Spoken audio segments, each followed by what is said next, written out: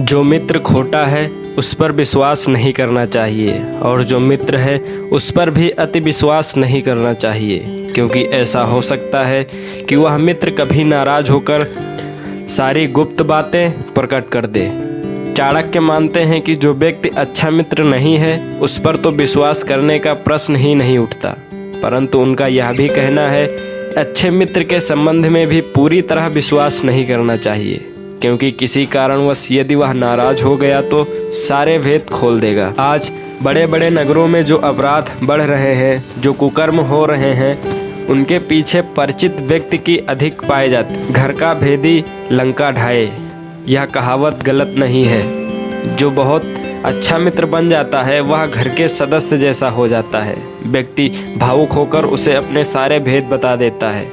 फिर जब कभी मनमुटाव उत्पन्न होते हैं तो वह कथित मित्र ही सबसे ज़्यादा नुकसान देने वाला सिद्ध होता है। ऐसा मित्र जानता है आपके मर्म स्थल कौन से हैं। घर में काम करने वाले कर्मचारी के बारे में भी इसी प्रकार की सावधानी रखना आवश्यक है।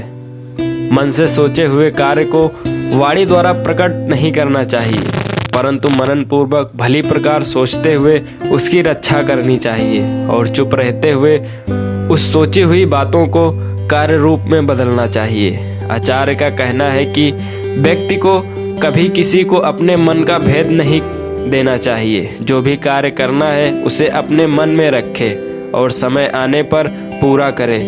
कुछ लोग किए जाने वाले कार्य के बारे में गाते रहते हैं, इस प्रकार उनकी बात का महत्व कम हो जाता है और यदि किसी कारणवश वह व्यक्ति उक्त कार्य को पूरा न कर सके तो उसकी हंसी होती है। इससे व्यक्ति का विश्वास भी कम होता है। फिर कुछ समय बाद ऐसा होता है कि लोग उसकी बातों पर ध्यान नहीं देते, उसे बेसिर पैर की हाँकने वाला समझ लिया जाता है। अतः बुद्धिमान को कहने से अधिक करने के प्रति प्रयत्नशील होना चाहिए।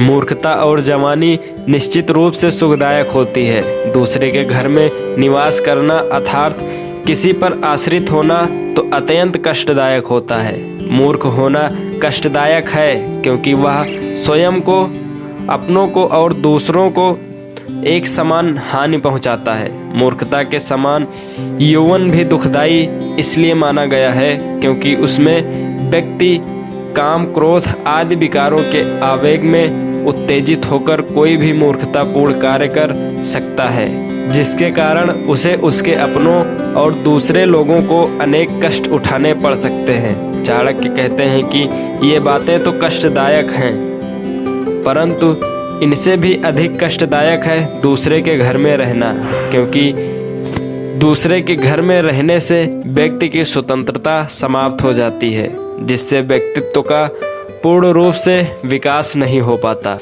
सभी पहाड़ों पर रत्न और मणियाँ नहीं मिलती, ना ही प्रत्येक हाथी के मस्तक में गजमुक्ता नामक मणि होती है। प्रत्येक वन में चंदन भी उत्पन्न नहीं होता। इसी प्रकार सज्जन पुरुष सब स्थानों पर नहीं मिलते। आचार्य चाणक्य के अनुसार प्रत्येक स्थान पर सब कुछ उपलब्ध नहीं होता। विशिष्ट वस्तुएं विशेष स्थानों पर ही होती हैं, उन्हें वहीं ढूंढना चाहिए और उसी के अनुसार उनका मूल्यांकन भी करना चाहिए। माणिक्य एक लाल रंग का बहुमूल्य रत्न होता है जो सभी पर्वतों पर अथवा खानों में प्राप्त नहीं हो सकता। ऐसी मान्यता है कि विशिष्ट हाथियों के माथे में एक बहुमूल्य मोती होता है। सब जंगलों और वनों में चंदन के वृक्ष जिस प्रकार नहीं मिलते, उसी प्रकार सज्जन व्यक्ति भी सभी स्थानों पर दिखाई नहीं देते, अर्थात श्रेष्ठ वस्तुएं मिलनी दुर्लभ होती हैं।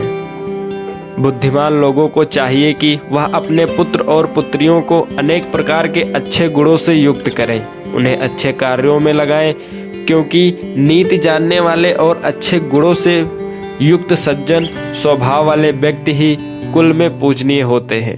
चाणक्य कहते हैं कि बचपन में बच्चों को जैसी शिक्षा दी जाएगी, उनके जीवन का विकास उसी प्रकार